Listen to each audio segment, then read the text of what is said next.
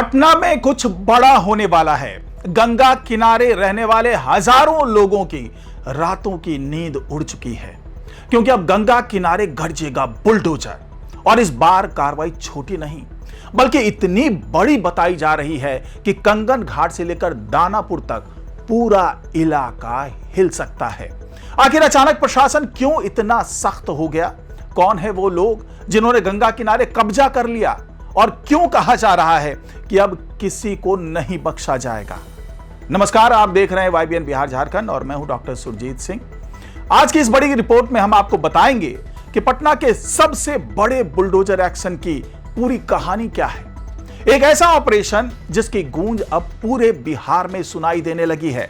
पटना के DM doctor Tyagarajan SM ने साफ शब्दों में आदेश दिया है कि गंगा किनारे की असर्वेक्षित जमीन पर अब किसी का कब्जा बर्दाश्त नहीं होगा।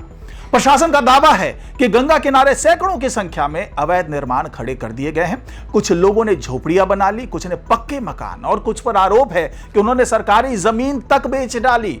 लेकिन अब सरकार का बुलडोजर इन सब के सामने खड़ा होने वाला है।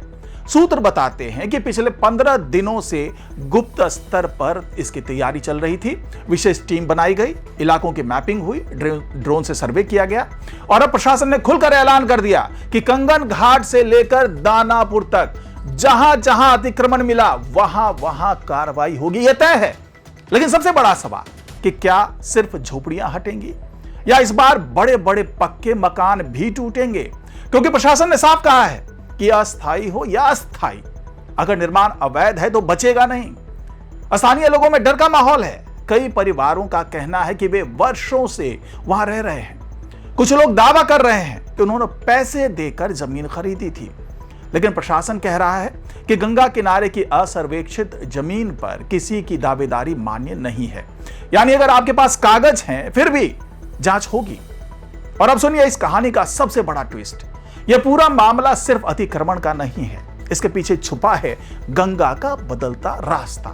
जी हां, डीएम के मुताबिक गंगा नदी की धारा उत्तर की ओर खिसक गई है और उसके बाद दक्षिणी किनारे पर सैकड़ों एकड़ जमीन जो है वो खाली हो गई। यहीं से शुरू हुआ कब्जे का खेल। धीरे धीरे लोगों ने जमीन घेरनी शुरू कर दी। कहीं बाउंड्री बनी, कहीं दुकानें खुली और कहीं मकान खड़े कर दिए गए। और प्रशासन का दावा है कि इसी दौरान भूमाफिया भी सक्रिय हो गए। अब सवाल यह है कि क्या इस जमीन पर कोई बड़ा सरकारी प्रोजेक्ट आने वाला है? क्योंकि प्रशासन ने साफ कहा है कि सरकार की कई विकास योजनाएं इसी इलाके में प्रस्तावित है और अवैध निर्माण इन योजनाओं में बाधा बन रहा है। यानी आने वाले दिनों में गंगा के किनारे का पूरा नक्शा बदल सकता है। सूत्रों की माने तो सरकार गंगा किनारे कई बड़े प्रोजेक्ट्स पर काम कर रही है, जिसमें सड़क, सौंदर्यीकरण, बाढ़ नियंत्रण और इंफ्रास्ट्रक्चर से जुड़ी जो है वो कई योजनाएं शामिल हैं। लेकिन अवैध कब्जों को लेकर के जो है वो फाइलें तमाम जो है वो अटक गई है। अब प्रशासन एक एक कब्जे को हटाने की तैयारी में है और अब जो कार्रवाई है वो सिर्फ कागजों तक सीमित नहीं है। खबर यह भी है कि पुलिस ने और जो प्रशासन है उसकी संयुक्त टीमें लगातार इलाके में कैंप कर रही है। SDO और पुलिस अधिकारियों को साफ आदेश दिया गया है कि कार्रवाई में किसी तरह की ढिलाई नहीं होनी चाहिए।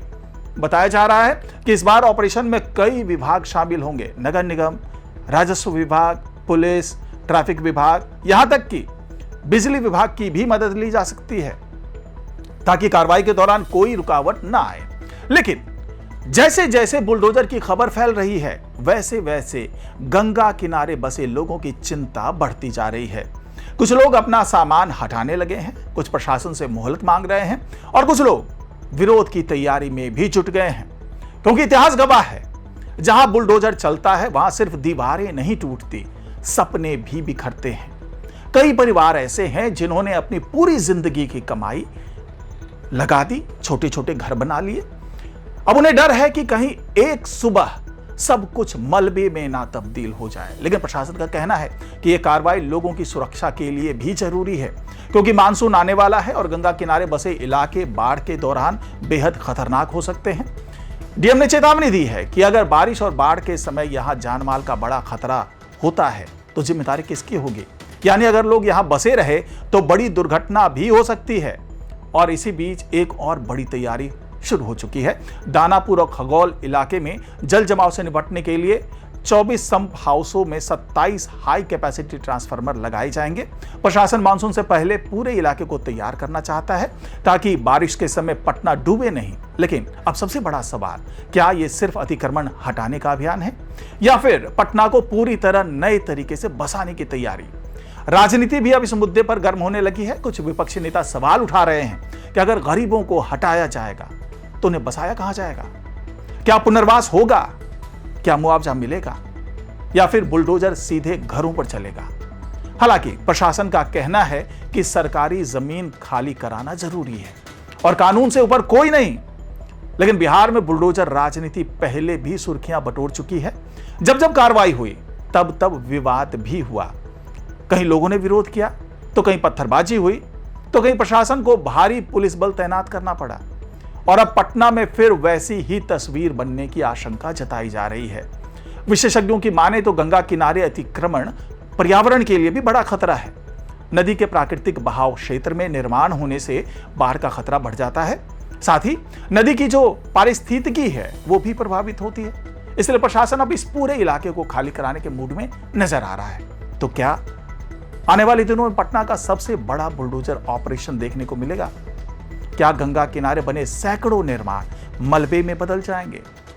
क्या भूमाफियाओं पर गिरेगी सबसे बड़ी गाज या फिर गरीब परिवारों का दर्द राजनीति का नया मुद्दा बनेगा? इन सारे सवालों के जवाब आने वाले दिनों में मिलेंगे। लेकिन फिलहाल इतना तय है कि पटना में गंगा किनारे सन्नाटा नहीं बल्कि तूफान से पहले की खामोशी है। और जब बुलडोजर चलेगा तो उसकी आवाज पूरे बिहार में सुनाई दे सकती है। अगर आपको हमारी ये विशेष रिपोर्ट पसंद आई हो तो वीडियो को लाइक करें, शेयर करें और चैनल को सब्सक्राइब करना बिल्कुल ना भूलें, क्योंकि हम पहुंचाते हैं हर बड़ी खबर सबसे पहले, सबसे तेज। नमस्कार।